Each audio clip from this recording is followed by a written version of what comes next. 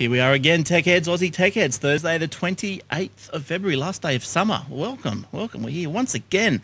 And this week we've got lots more news for you with the whatever's happened this week in tech that has squirted on my front lawn.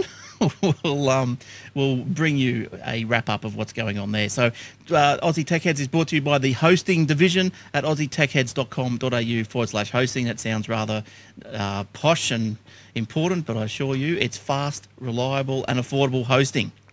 All right, joining us tonight we have Eric, Shane and Will. Hello, Eric, Shane and Will. Hello, Glenn, Shane and Will. Hello, everybody. Quickly. Oh, what's happened? It's gone all crazy. So what's been going on? Eric, how you been going? Oh, not bad, mate. Just very busy, you know. It's Yep. raining at the moment for the last day of summer. Very apt. We've had But it would rain on the last day of summer. We've had 2 nice days, but it's been pretty hot and muggy now, so yeah, it's not going too bad. Yeah, it was humid. The last 4 days have been very humid. Now it's still raining. It started about 6 o'clock today. It's now 9 o'clock here in good old Sydney. Oh yeah, nice. And It's going good. Right. And on the other side of the country is Shane. Hey, Shane. Hey, how are you? Good. And what have you been up to? I hear you got some Cyclone Rusty going. We'll do the weather wrap up first. Yeah. No, that's been and gone. That didn't really affect us. Well, it hasn't yet. Right. I mean, yeah, it obviously affected Port Hedland. Mm. The only other thing that we've got is fairly hot weather. We've got a couple of fires that are out of control about half an hour up the road. Yeah, okay. So, No good. If I disappear in a mad panic, you know what's going on. And Will, any natural disasters up in near Ipswich? Only the usual flooding and things like that. It's been interesting the last few weeks. Like there's just that much standing water that every time you get any rain at all, you end up with just localized flooding. So yeah, that's been fun. So we've had effectively had 4 floods in 4 months. We've had 3 floods in 4 months. Gympie up in Gympie, they've had 4 floods in 4 months. Yeah, that's insane, isn't it? You'd be pretty flood weary, I'd say, by now. Like that'd be so you'd be draining. over it, wouldn't The novel is pretty much worn off at this point. Oh, if there ever was a novelty. My sister and their family moved up there from Swan Hill. They had the big floods a couple of years back, so they decided to move up to Gympie, which hadn't had a flood in forever. And it's Good flooded move. 7 times, I think, since they've been up there. Yeah, no good. All right. You want to know where the next flood's going to be? Just follow them around. Yeah, Yeah, well, that's pretty right. much. But yeah, it's amazing because we won't spend too much time on the weather, but out west Queensland, they're praying for rain. Oh, that's the crazy thing about it. Like they're praying for it, and we're getting smashed with it. But at the end of the day, water prices aren't coming down, so I don't know what's going wrong there. Nothing comes down, does it? Nothing comes down. No. All right. Never. That's right. Nothing. So if you want to contact us, you can contact us at Glenn, Eric, Shane or Will at aussietechheads.com.au. We'll give you the Twitters later on. Don't forget the radio is back, aussietechheads.com.au/radio, streaming 24/7. There's a few shows on there. Oh, it's back. It is back. It's back, is it? It is back, and it's going great. It's all automated, well, as much as it can be. So it's great. So we've got a few shows on there. We've got this show that's on the. I don't know what's the term for the that just goes around. Loop. The cycle. Loop. Yeah, the loop. That'll do. Loop. On a loop. So Playlist. this show's on. Playlist, This there you is go. on the loop. We've got Tech Webcast on the loop. We've got the Dens on the loop, and I think couple of Garth's Eye Blind Techs are in the loop, and also a new show from New Zealand is the Geeksphere.tv. So that's in the loop as well. So we're looping all over the place. So come and check them out. Well, what about Chewing the Fat? Chewing the Fat. That's is that just about gone, hasn't it? Is that coming back? No, there's 30 episodes there, mate. You could loop up. Well, you want me to replay them? Why not? Yeah, okay. Oh, they're not audio. big They're girl. videos. They're video. So Oh well, then I'll give you the audios. Then how hard can it be? yeah, send me the audio. I'll tell you what to do, and I'll show you how to do it. Get it into the automated loop, and yeah, cool. So do that. AussieTechHeads.com.au/TV. There's other /. There's the / hosting. There's / everything else. So have a look at that podcast, whatever. All right, now Shane, let's get into your little this week's in tech little segments. Now, what do you got? What did you find out that's happened in the very long past this week? Only 2 stories this week because the others weren't really about people or tech. They were about the New York subway and some Oregon school. So the first one, February 22nd, 1857. 1857. Hertz enters cycle of life. Heinrich Rudolf Hertz is born. Yay! Physicist is... Oh, sorry. Did he start the car rental place? He might. No, well, maybe one of his ancestors might have. Anyway, this particular Hertz was the physicist that was responsible for discovering and naming the frequency, the terminology they used. Ah, Mr. Hertz. Oh, Hertz. yes, right. Nice. So he was born in And his wife, Mega Hertz. She was... She was mega. Yeah, she was. I wasn't going to say that. Okay, what's the other one? February 21, 1947. February 21, 1947, take a Polaroid, enters the English language. It's one of those ones that isn't technically tech-related, but it's the closest I could get for the week. The land camera is demonstrated for the first time by the inventor, Edward Land, and then it goes on to basically the company that he owned he owned, called Polaroid. And they obviously bought the rights to the camera, and the name Polaroid, or take a Polaroid, the phrase, entered the English language that particular Nice. Year. Now, I remember I haven't seen a Polaroid camera for ages, and I remember we had one, and they weren't too bad, you know. For the first time, you could get the instant photos. You can buy them now. You know you can buy them, JB Hi-Fi. Really? Yeah, I got one for my oldest daughter for Christmas. Why? They're not made by the same. Oh, they're not company made by and all that. Polaroid.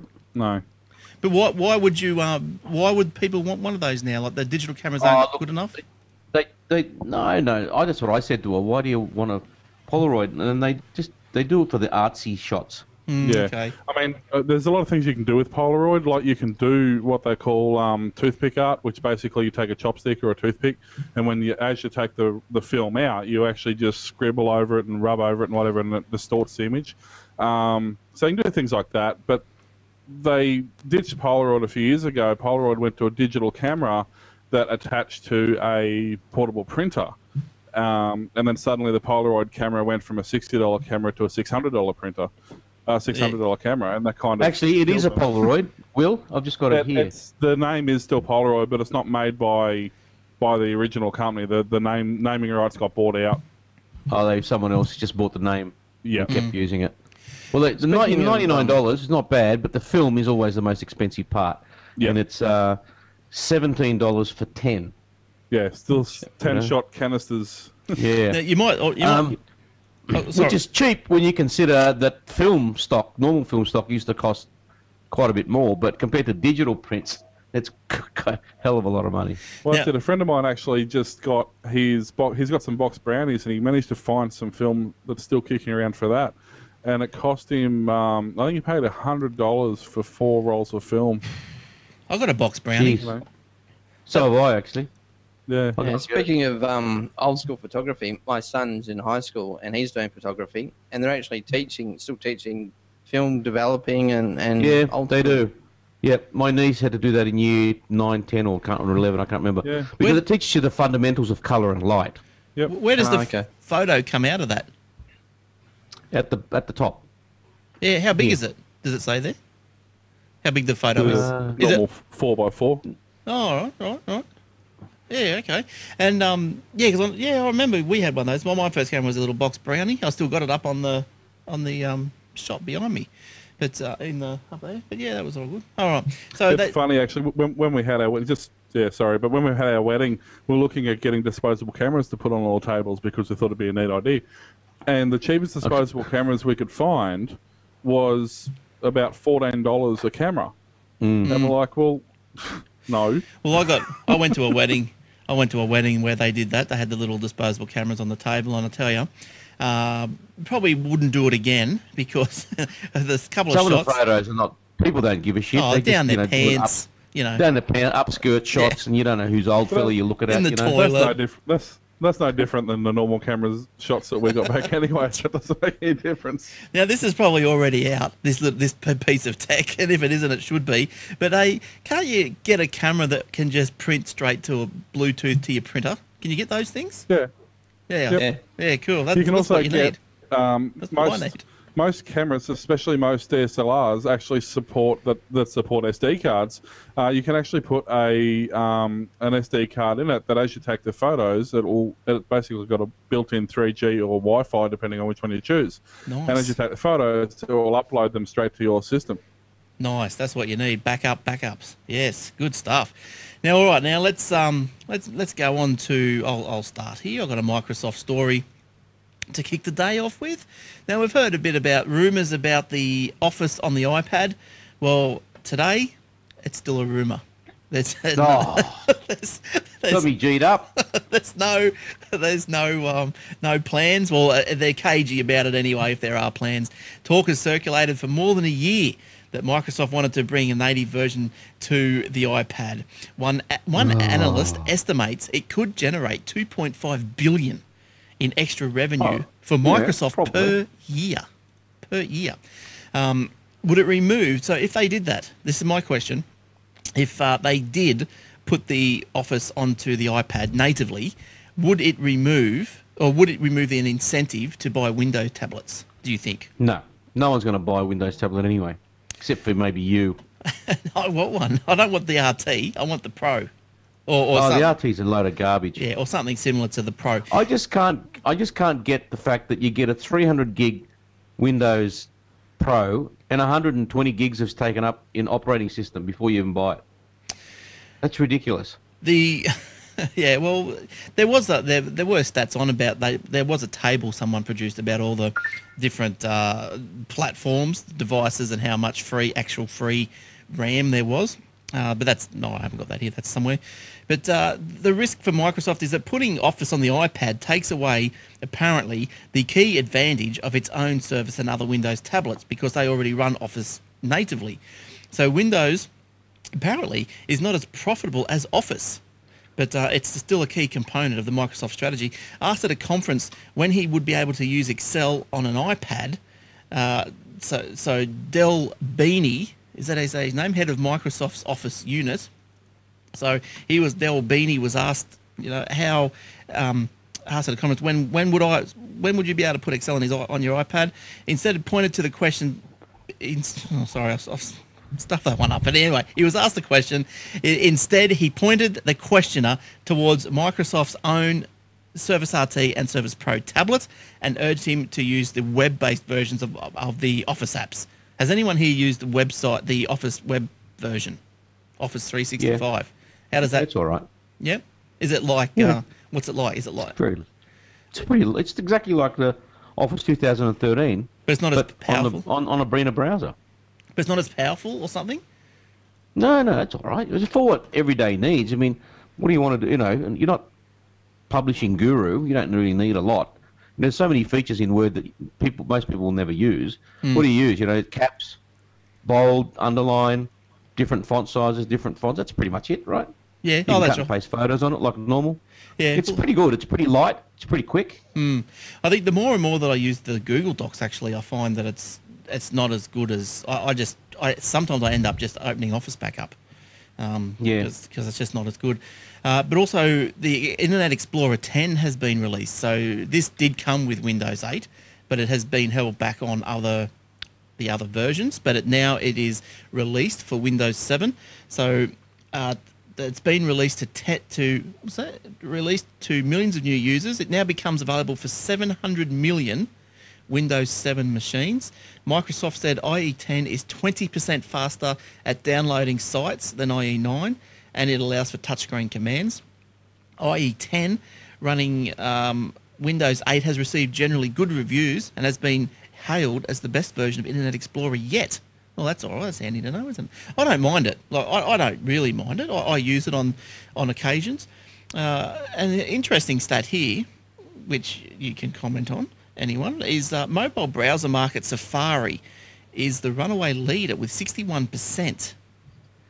So while Google's Android browser has 21%.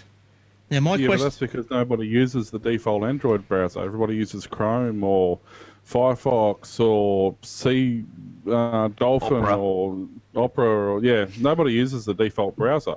But still, because my question was going to be, is that you know how there's all these reports that Android has overtaken Apple, the iPhones, and all this sort of stuff. Well, how can Safari, which is Apple, pretty much Apple only in the mobile market, be a leader with 61%? So that's more than half. So it doesn't matter what everyone else is using, they're still not out using iOS. Yeah, actually, well, a lot of that goes back to there was statistics I think we covered it early this year saying that as a rule, iPhone users use the internet. Android users use more data, but or iPhone users use the internet more because a lot of the apps on Android have the browsers for that particular thing integrated, so it doesn't class as a browser, even though you're accessing a site through it. So I think that's possibly where that big incongruity comes from. Yeah. Okay. So I'll just backtrack on the Office just very quickly. I'm just looking up the prices here. When you compare, look, if you bought Office Professional or Office Home Student, right? For you get Word, Excel, Publisher, and Notes, and it's one install, so one computer. If you buy the disc or the download, $169. yes. But if you buy the Office 365 Home Premium, you get Word, Excel, PowerPoint, Notes, Publisher, Outlook, and Access Database, which no one uses anyway. You get 20 gig SkyDrive storage, which is not too bad. You get 60 minutes of Skype calls per month, which is an extra thingo. And you can use it for up to 5 PCs or 4 Macs. Yeah, okay. So that's pretty good. And that's for $12 a month. Yeah, that's not too bad. That's pretty good. See, that's better than buying $600 Office Professional. Yes. For $599 on one computer. Yeah, yeah. So Outlook with the Office online is different to Outlook on PC. I think it looks the same, but it's all browser based. Right, so it's not like you can't. It's been like jogging into Gmail, I suppose. Yeah, but it's not like Outlook is free now. Like Outlook.com, is it like it must have more? It must have other things behind it to make it more. Well, look, powerful. yeah, it probably does. Look, I'm going to start a complimentary trial. Yeah, I have used it in the past, but when it was just a beta, but now it's complete. I'm going to start a trial and see what it's like. Nice. Yeah, so that's a good way of doing it. Just pay by the month, and but Office is also available on the Mac. Like, I don't know why they don't want to bring it out. Yeah, that's right. I was just going to say that, and it's available on 4 Macs. So if you want to use Word, but you've got a Mac, then use the Office 365. Yeah, but you can also buy it 2000. You can buy Office 2013 for the Mac, and yeah, but it's pretty pricey. Oh, is it? It's pretty pricey. Yeah, right. It's yeah, so it looks the same. Like I've seen it.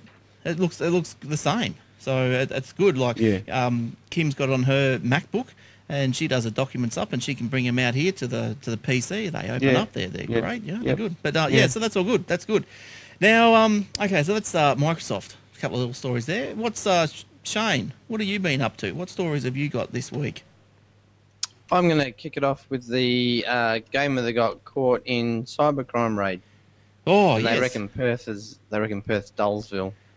A Perth man has been Perth man's house has been raided by police after it allegedly tried selling a prototype of Microsoft's new Xbox gaming console on the internet. The story doesn't actually say how he got it. It doesn't provide any photos. It does go on to say though that the Technology Crime Investigation Unit currently conducting multi-jurisdictional investigations into computer-related offences, a WA police spokesman had said. They didn't confirm or deny whether those multi-jurisdictional investigations involved the FBI or not. But like I said, his house got raided. He goes by the name or the handle of Super DAE or Super Day. So he tried to sell, and I know it says allegedly, but so are we saying? Is it saying that this Xbox was a Microsoft Xbox, the new one, or is it just something he might have put together in the shed? Is it? Oh, here's Microsoft Xbox. Oh, $1,000, anyone?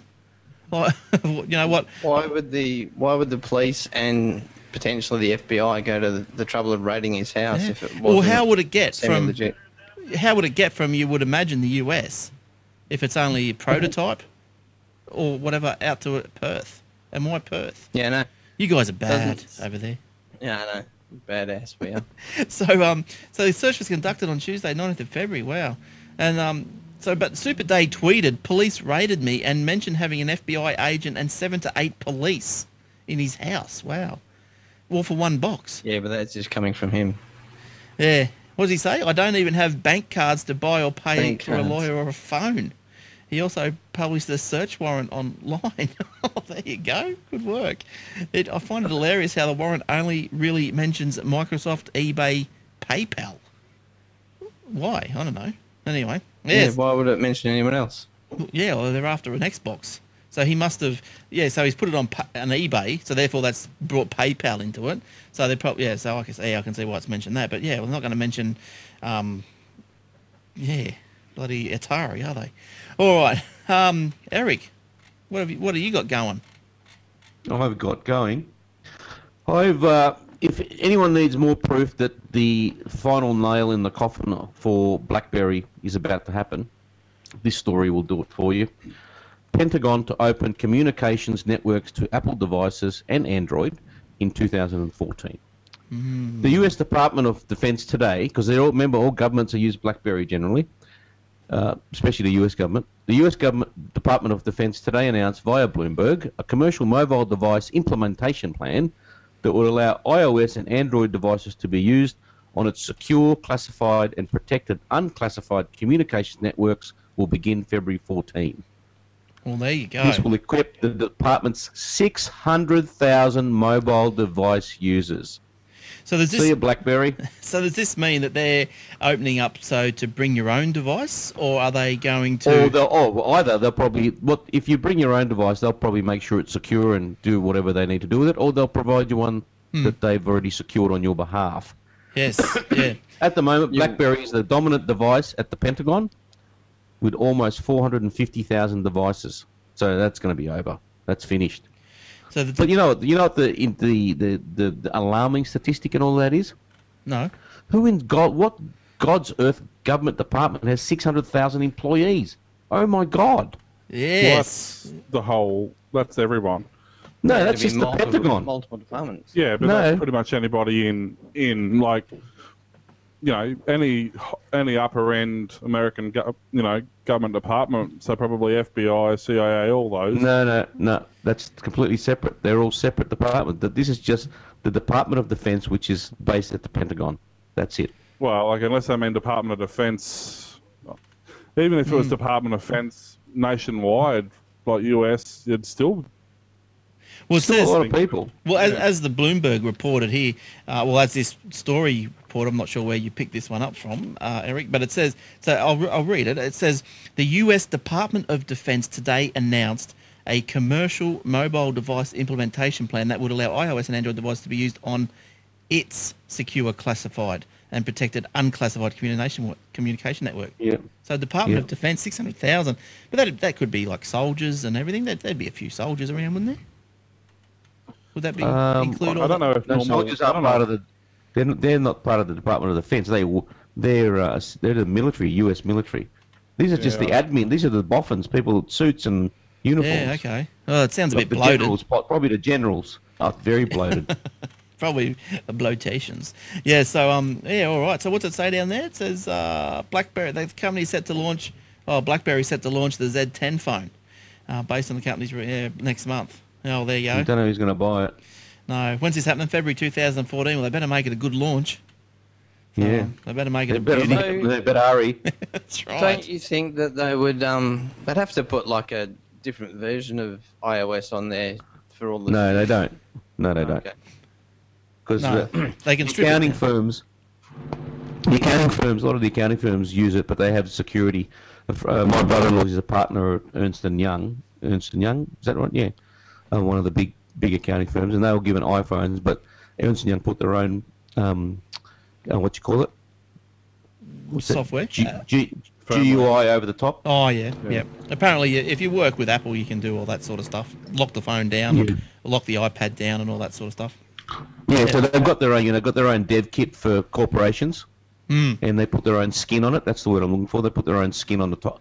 The top, which integrates all the security features. Yeah, and Will, what have you been up to this week? What stories have you come across? Well, probably the biggest story that's come out in the last, only recently in the last few hours actually, is that the 2013 Mobile World 2013 Mobile World Congress in Barcelona has pretty much wrapped up, and Samsung pretty much won. Actually, pretty much everybody won over Apple. The HTC Droid, the DNA, the Nokia Lumia, Samsung Galaxy Note 2. So pretty much Apple didn't get a rate in any category with any of the iPhones. The Galaxy, the S3, the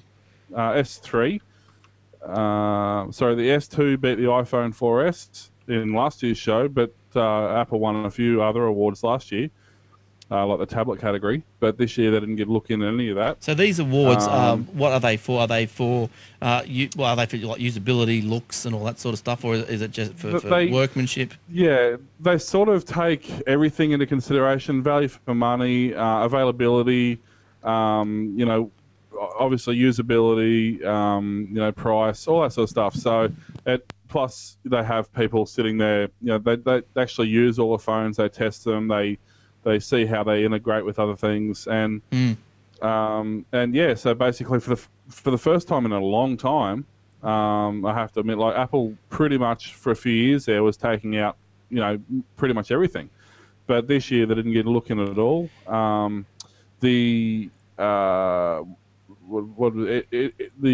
on, which phone was it? The Galaxy Note 2. Where are we? Apparently if you scroll while you're reading a story, it makes it very hard to see what you're up to.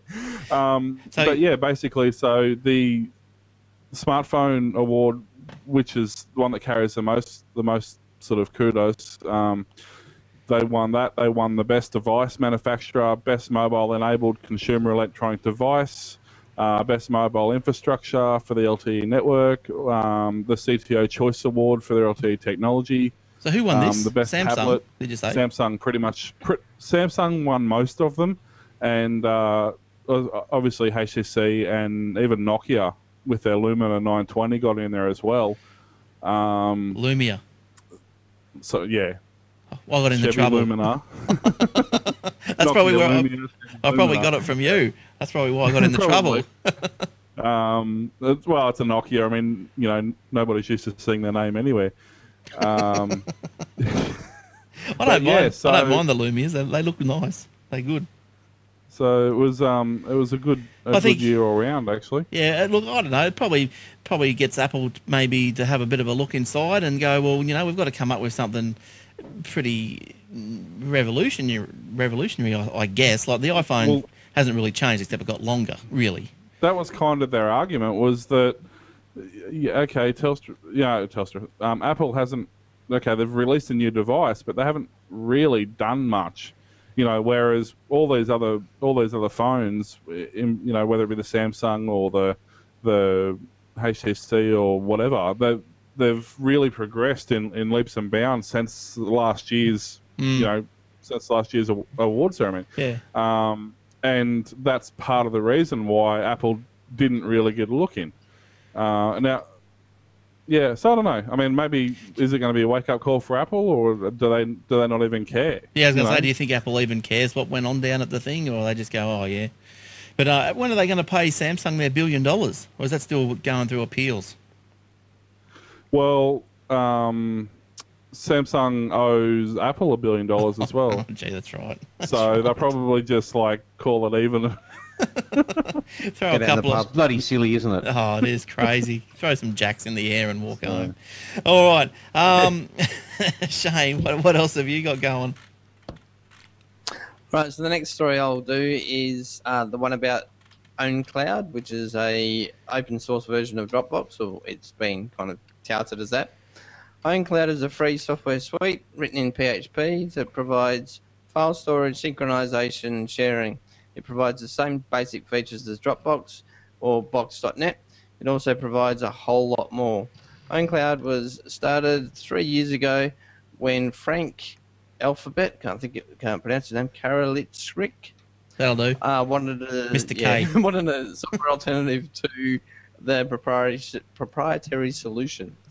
The core OwnCloud offering is the storage and synchronization. It also has optional extras like calendar synchronization, and if you want to use it, and it also has an open source application. You can install it on any computer in your control. So it also kind of integrates with things like Dropbox, Google Drive, and FTP servers as well. So what are they? Are they saying that this is free? It wouldn't be free, would it?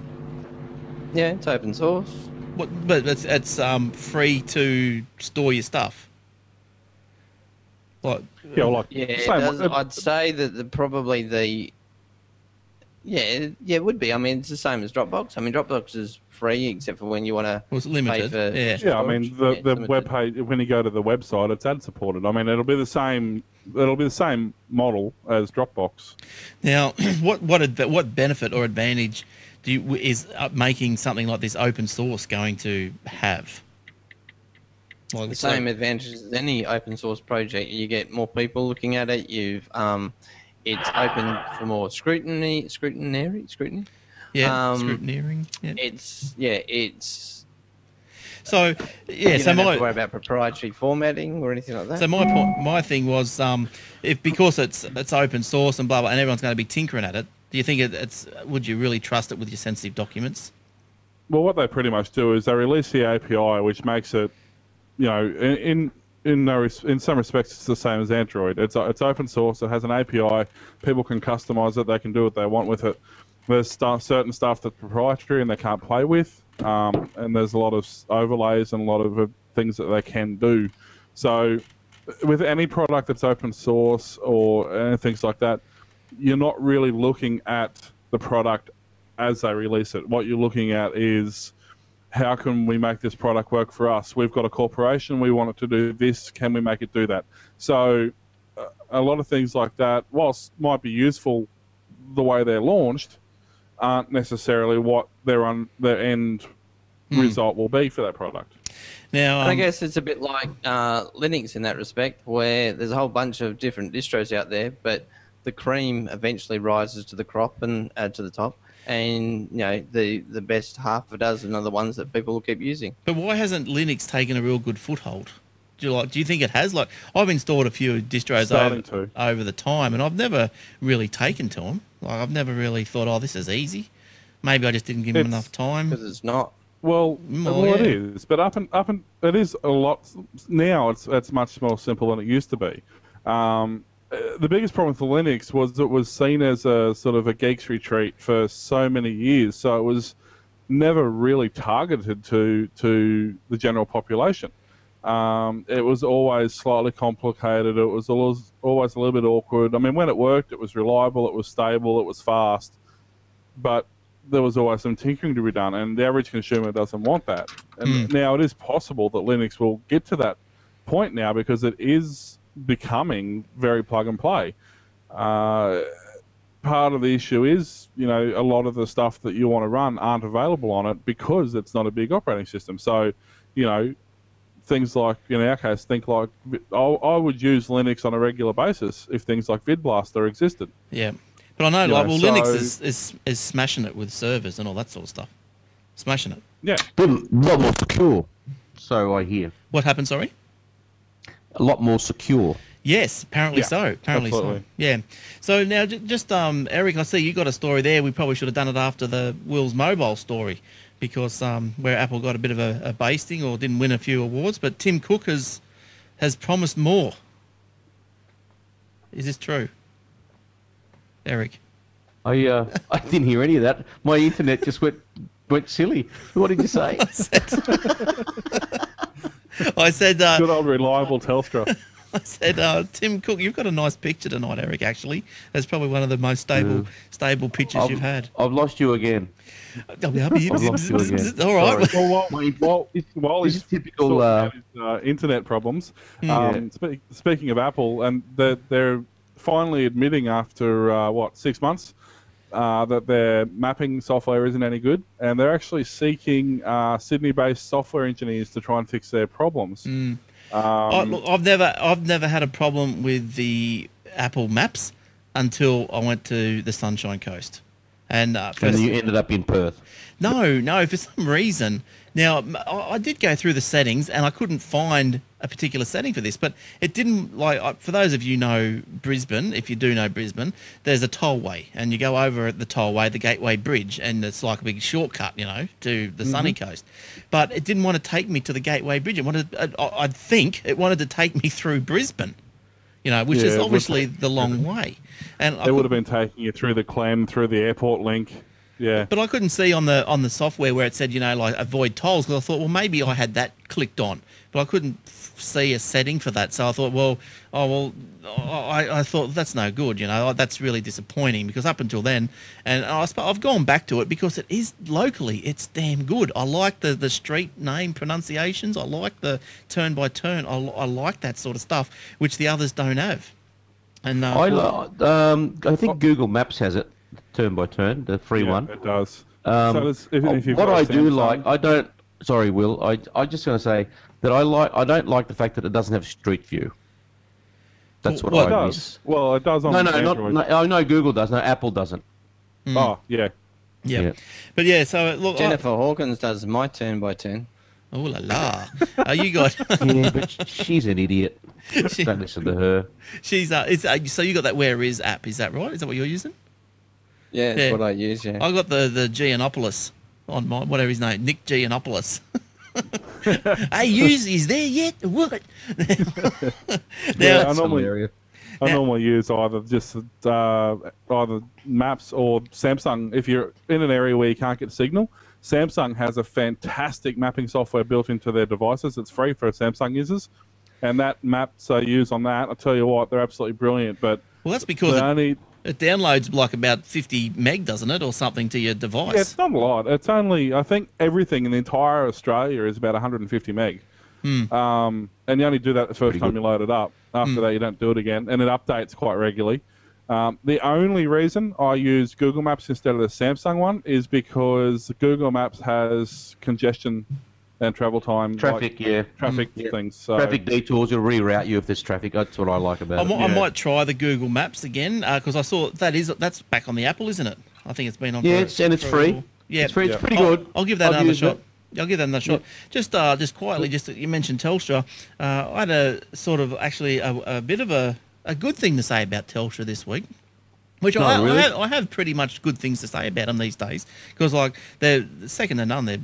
Their internet's great, their cable is great, but not tonight, is it? I don't know if that's the internet. No, it's raining. Every time it rains here, the pit gets full of water, and it's just shocking. Yeah.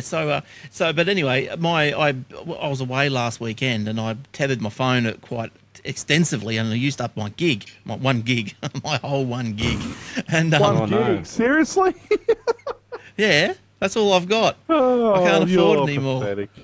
What do you mean? I got 6 gig, and I usually run out of that halfway through the month. Oh, no, I don't. Paul will do that. Yeah, I don't go crazy with my stuff. I just, do what I have to do. I'm pretty much always at home anyway, just doing the Wi-Fi. But yeah, well, that's different too. Yeah, so I rang him up and I said, can I buy extra data, because I'm only sort of pretty much halfway through the month, and, I don't want to just start paying for it. And they go, oh, yeah, you can buy data blocks. And I had an inkling you could do this. So for $15, I bought another gig. And I thought that was quite good. So you could actually tack it on. So you couldn't, And I'll be... Yet to see, but she said when the bill comes... You know what I do like, and they allow this in America? Just say you've got a plan with Comcast or Verizon, because Verizon have internet as well, right? And you've got 500 gigabytes on your Verizon home account, and you get a Verizon mobile, and they give you, 3 gigs. As soon as you run out, it automatically comes off your home account. Yeah, that's so you basically never run out. How good's that? Yeah, that's good, isn't it? Because I know, Yeah, like It's just like a shared account. Yeah, So you can be yeah. out of the office or out of the home, and you go, right, I'm going to tether my head off. I'm going to watch all the football, all I can. I don't care, but it's coming off my 500 gig allocation. Yeah, I can't see why that's great. That's exactly what needs to happen. That should follow you, not your phone line. Like people Exactly. have got. My brother's got a business. He's got the ADSL in there. He's got business line ADSL. So apparently it's unlimited, right? He's unlimited data, but then he goes home. He's got no internet. Because he's got a dicky phone that doesn't work half the time, and he does tether that, and he uses his. I think he's got a gig on that as well. He uses that in 5 seconds. Like Will, just chews it up, and he's got unlimited at work, and he comes home and he's got bubgus. But anyway, He can't because his line's not good enough at home. no, he just doesn't want to pay for another thing, another internet. Oh, tight ass. That's poor. Now Aussie Aussie internet access prices fall for the 5th year. Actually, I might send in this story. He might change his mind. The I Australian, don't believe it though. the Australian, the Competition and Consumer Commission, whatever that is, the ACCC, the Australian Competition and Consumer Commission, has found internet access prices have fallen for the 5th consecutive year, down 2.7% in the past year. They noted that the price decline was the smallest in the last half-decade. The ACCC also indicating it has been vigilant about anti-competitive practices by network operators. Surely that doesn't exist over here, does it? The net neutrality, the big boogeyman of net neutrality, it observed network operators are already using network management, which possibly includes speed discrimination in favour of voice and against peer-to-peer traffic. They wouldn't do that, would they? Not our telcos. Report found in areas of lower population density, competition was marginal to non-existent, with Telstra being the only carrier available in many areas. Now, I believe that was true in Tasmania for quite some time. Frosty would probably be able to tell me if that was right or wrong. Mobile wireless and not fixed line internet remain the dominant form of internet connectivity. Australia has around 12 million, that's million, active internet subscribers, and mobile wireless broadband accounted for 49% of all these connections compared to 38% of DSL. Numbers in the range of 24 meg to 100 meg grew 46%. So that's obviously people are moving to cable or the NBN. There's not too many of them though. With those subscribers choosing services capable in excess of 100 meg was up 139%. So that's all right. Maybe there was 3 people on the NBN and 2 more joined. That's right. So increase of 50%. Yeah, 150%. That's right. All right. Who else has got a story? Anyone else? Just quickly with the NBN, I won't worry about reading the story because it's just all BS, but I'll just love the headline for this. NBN Oversight Committee. So, yes, there's a committee that handles the oversight of the NBN. So the NBN be a damn big committee because the oversight's all over the place. So the NBN Oversight Committee is trapped in a political crossfire.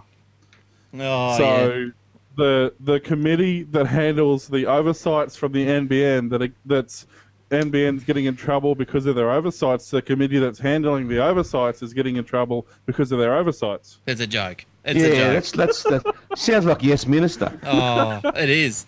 I think they're in Jane by the way, ministry. Yes Prime Minister. You remember that show, Glenn? Yes Prime Minister? Yes. There's a new version, 2013's come out.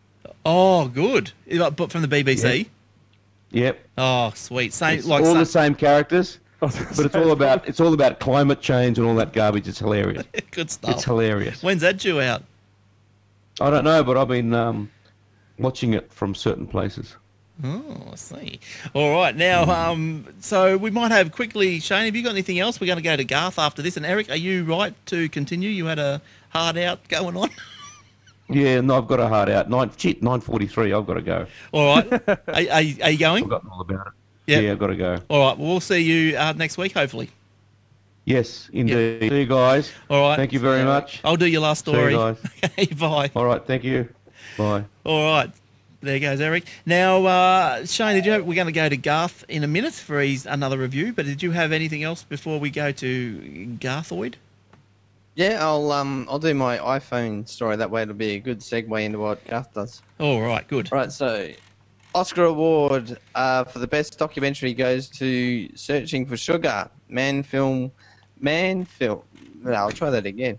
Oscar award for best documentary goes to Searching for Sugar Man. Jeez, you've had too much sugar. Searching for Sugar I Man. don't- Film shot on an Apple iPhone. I read the headline. I thought, oh wow, they shot the whole movie on the iPhone. And then I read the actual story, and basically what had happened is they'd started shooting most of the documentary on a regular kind of film camera that you would use with a documentary, and then money ran out, and then they shot probably the last 5 or 10 minutes of it on the iPhone. Yeah. Okay. Right. Yeah, and they won an award for it. So yeah, but what's interesting about this is that if you do, there's absolutely no reason with the cameras that are in modern phones, whether it be the new iPhone, the Note, the S3, all these new phones have absolutely fantastic cameras in them, and the amount of accessories that are available now to turn your phone into a proper studio camera. There's steady cams, there's tripods, there's all these, there's lens kits, there's all this stuff available that basically means that you can turn your phone into a proper camera. And there are movies out there that have been shot on mobile devices. And the microphones aren't bad on them either. Microphones aren't too bad, and well, I don't know about the Apple, but with the Android phones, you can use a Bluetooth microphone, so a Bluetooth wireless microphone, or you can also run a conglomeration of cabling and feed audio back into the handset where you would normally your microphone, when you use your lapel mic. Yep. You can feed that back into the camera. So there are a couple of different options there. The Android cameras can be controlled remotely from another phone, so you can have half a dozen cameras set up, and then you can trigger the recording remotely. So the flexibility that these are offering, the creativity, that is now available to the average person is absolutely phenomenal. Yeah, so that's right. So the iPhones and the Androids, they're all high def, so they're good. They're great photos, great pictures, take good stuff.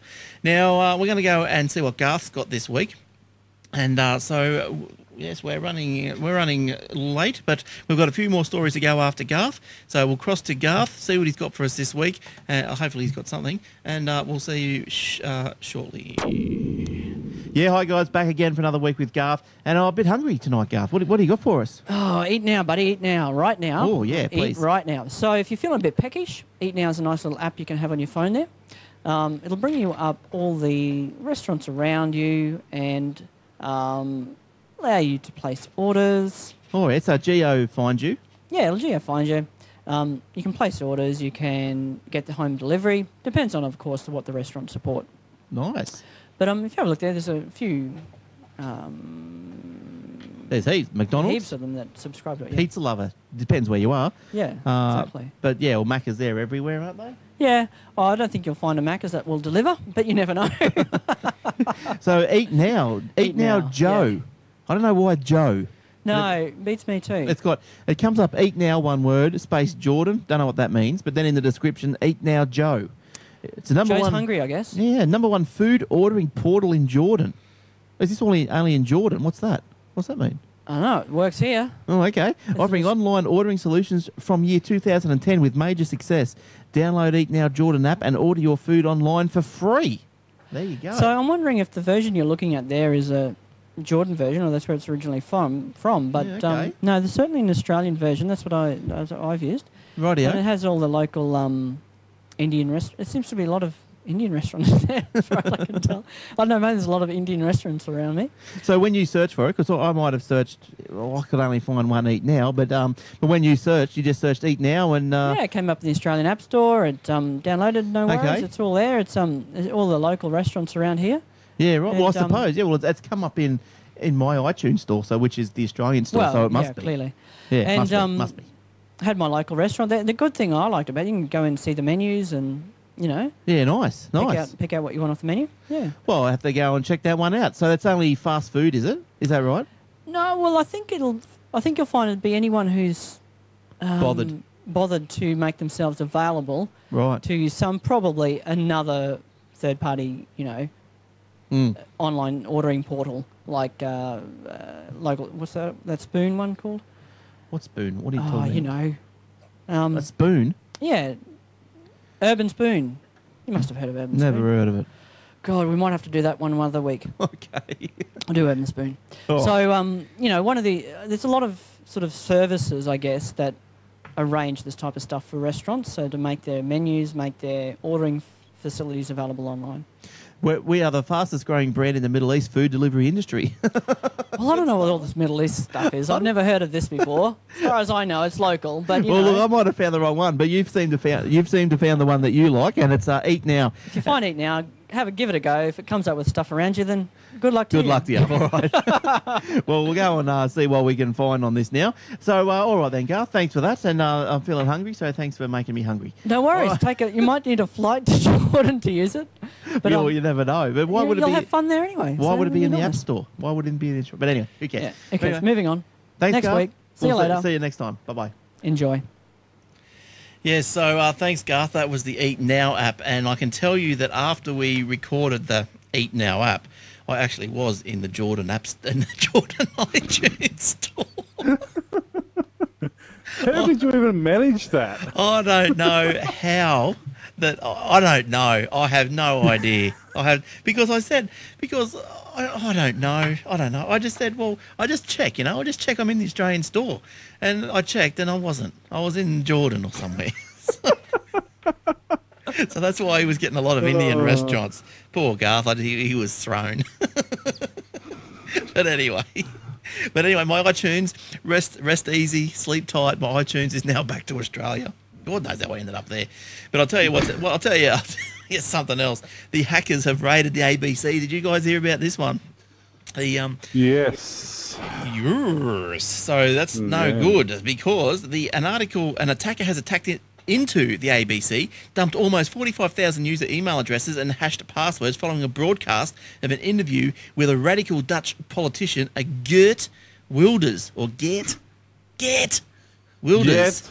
Wilders. Now, apparently this guy is pretty controversial because, just a bit of a background, Wilders has campaigned to stop what he views as the Islamation of the Netherlands. So Wilders has been banned from the UK between February 2009 and 13th October 2009.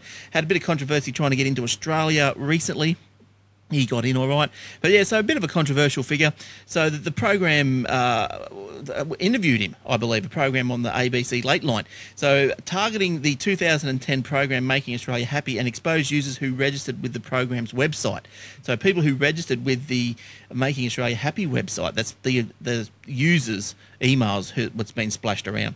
Now, ABC would contact the 45,000 affected users.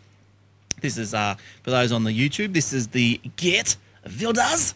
That's a picture of him. Right there. Now, the hacker claiming... Dutch, not German. Oh, isn't he? What is he? Oh, it sounds... Dutch, not German. Oh, this sounds German. That'll do. He's from German parentage. Now, the hacker claiming responsibility said the attack was in response to an interview broadcast on Late Line with the right winger. That's Wilders, not German. The attacker claimed the ABC gave Wilders a platform to spread hate. So, this guy's not happy. But what, interestingly enough, is this is on Late Line. This is on the ABC, which broadcasts in Australia. Okay, yeah, I know it goes to a couple of other places, but the attack originated from overseas. So what? One of these stories, someone gets a whiff of something, and they just go off their face, just to go and because they, it's what happened down in Sydney. Now the breach, originated overseas. So there you go. If you'd signed up for that Making Australia Happy, your email's been compromised. Better ring the ABC. Now, anyone else got any stories? Or are we all pretty much getting done? I was going to say just quickly, there's Kogan a few weeks back released their mobile phone and their own in-house stuff, and Audi is doing it as well. In about 6 days, Audi will be releasing their own Telstra mobile device. There'll be a few different actual Remember when that Kogan story was like breaking? Everyone's going, nah, they're not partnering up with Telstra. Nah, they're not doing that. They're not doing that. So obviously this Kogan guy must be pretty much, on the front foot, eh? Well, it's strange that they would partner with Telstra because, as a rule, Telstra doesn't resell. So that's why it was quite weird. But yeah, basically now there's the Audi plan that's available now. They have been selling devices for a while, but now that they've got their plans, as an example, you can, if you go up to the $35 plan, they call it the unlimited 35, lasts 30 days, unlimited calls, unlimited text, unlimited all that sort of stuff, unlimited 1300 numbers, unlimited voicemail, and 4 gig of data for $35 a month. But I think what the problem though was with that one is that it's a lower bandwidth and the speeds are a bit lower. Is that right? Well, With the not resellers? entirely. It's a lower bandwidth. It's on the 800 meg spectrum, which means you'll get signal pretty much everywhere because the 800 meg spectrum actually cuts through buildings quite well. 850 meg actually. Now you won't get 4G, but you will get NextG because NextG is on the 450 meg. Now in the article that I'm reading, in the article I'm reading, it says that the 4G is not the NextG is not available, but that's not true because it is available on 850. I looked into that because I thought it was. I think NextG spreads over a few different spectrums, but I mean you'll still get a usable speed of a couple of meg each way. So that's certainly fine for the average user who'll be using this sort of plan anyway. So just a question I've got, you might know, Shane or Will. I've got one of these ultimate things, the square. The dongles. Yes, the square things. Now, because I've just stopped the plan, and can I get prepaids in those? Don't see why not. Should be able to, eh? Might have a look. Technically, yeah. Yeah, might have a look at that. All right. As long as, it'd have to be Telstra, obviously, but I don't see why you'd have a problem with that. Yeah. All right. Now, what else, Shane? Did you have anything else, or are you about done? What else have you got? I'm done as far as the highlighted stories go, but I've got a couple of backups if you want me to do one. No, that's all right because I got one more, and I think we're at time. So, Will, did you have anything else? Just quickly, everyone's bagging out the Chromebook that's just been announced, but ThinkPad's having a go at it, Lenovo. The only good part about it is it's ruggedized, so it's designed for kids, it's designed for schools, it's designed to cop abuse, it's got a really long battery life, it's also $500. So what's this one? Prices that... Hey? Which one's this? I thought it was like $1,500. No, the new Lenovo ThinkPad X131E. It's a Chromebook designed just for students. Right. I thought you were on that Chrome Pixel thing. Sorry. No, this is just another... Well, it's 1.8 kilos, 16 gig built-in, 11.6-inch display, all that sort of stuff. The biggest problem is the price at $450. Admittedly, it's ruggedized, but still, I think that has to come down to $350 at least before it becomes a decent competitor. And also too, just on Telstra quickly, I was unaware of this. Apparently, Telstra actually charge you if you want to have a private phone number. So if you don't want your phone number to come up, yes, they do. They actually have a charge on it. Optus doesn't. This is so on your... I was unaware that anybody else. This is on your mobile. On your home phone. It used to be the other way around. Well, this particular story is about because you used to have to. They've always charged for a silent number. Oh, I thought Will said they charged to have your number not displayed. Yeah. Right. So basically, Telstra charges $3 a month to hide your number. Internode's $4, iPrimus $3.50, IONet $3, Sprintel's $3, ACN's $3. Optus is free, because I've been using Optus for so long, I didn't realise there was a fee. But basically, this article goes in to say that Telstra's dropping the fee for women who are victims of domestic violence, and that's their only exception to their $3 fee. And apparently, there's a big uproar about that now.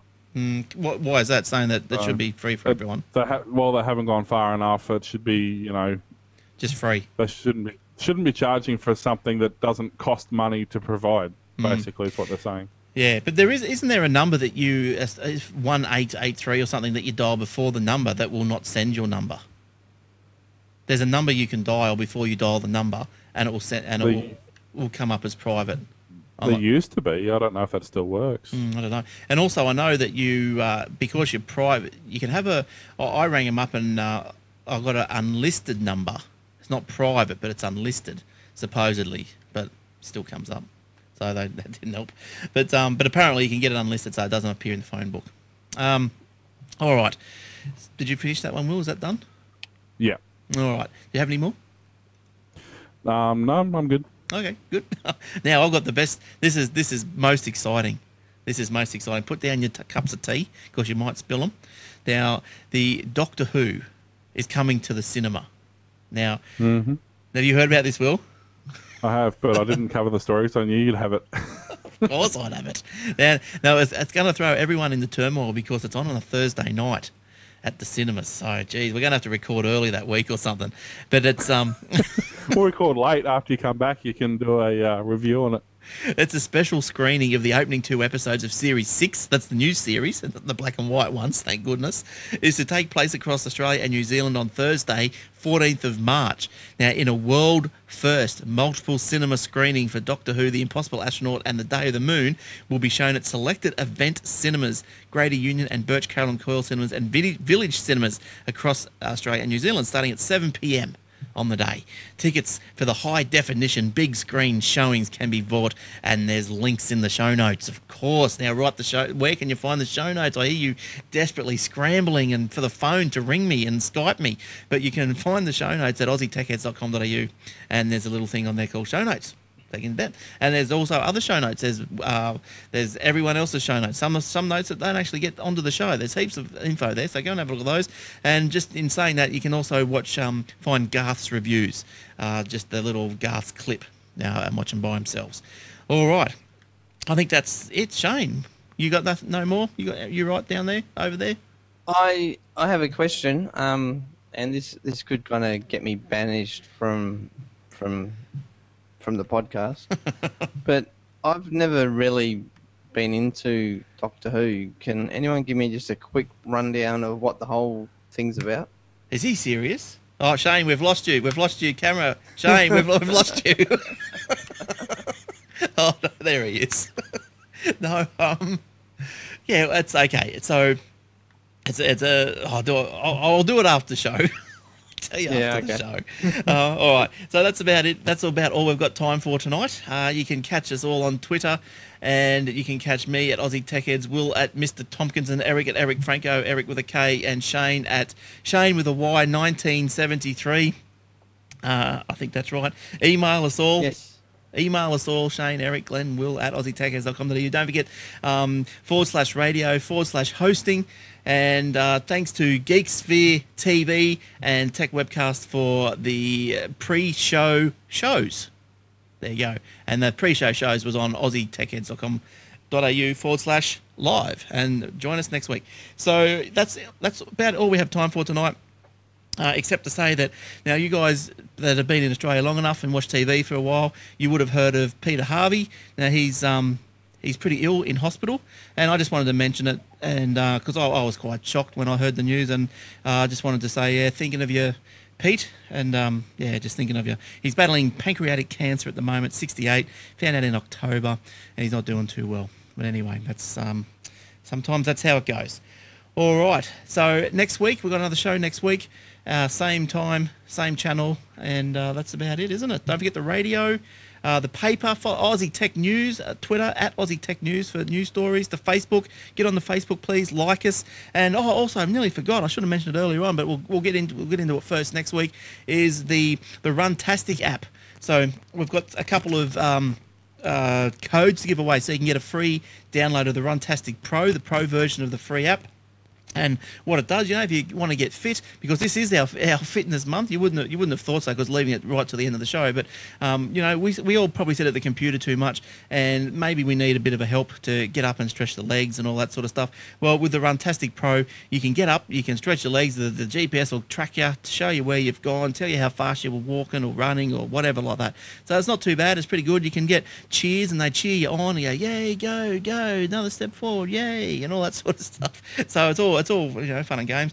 But if you want a couple of if you want to win a what do you call it, a code to get that one free, all you got to do is just got to follow us on Twitter at Aussie Tech Heads, and also you have to tweet anything you like, as long as it contains at Aussie Tech Heads and hashtag Runtastic.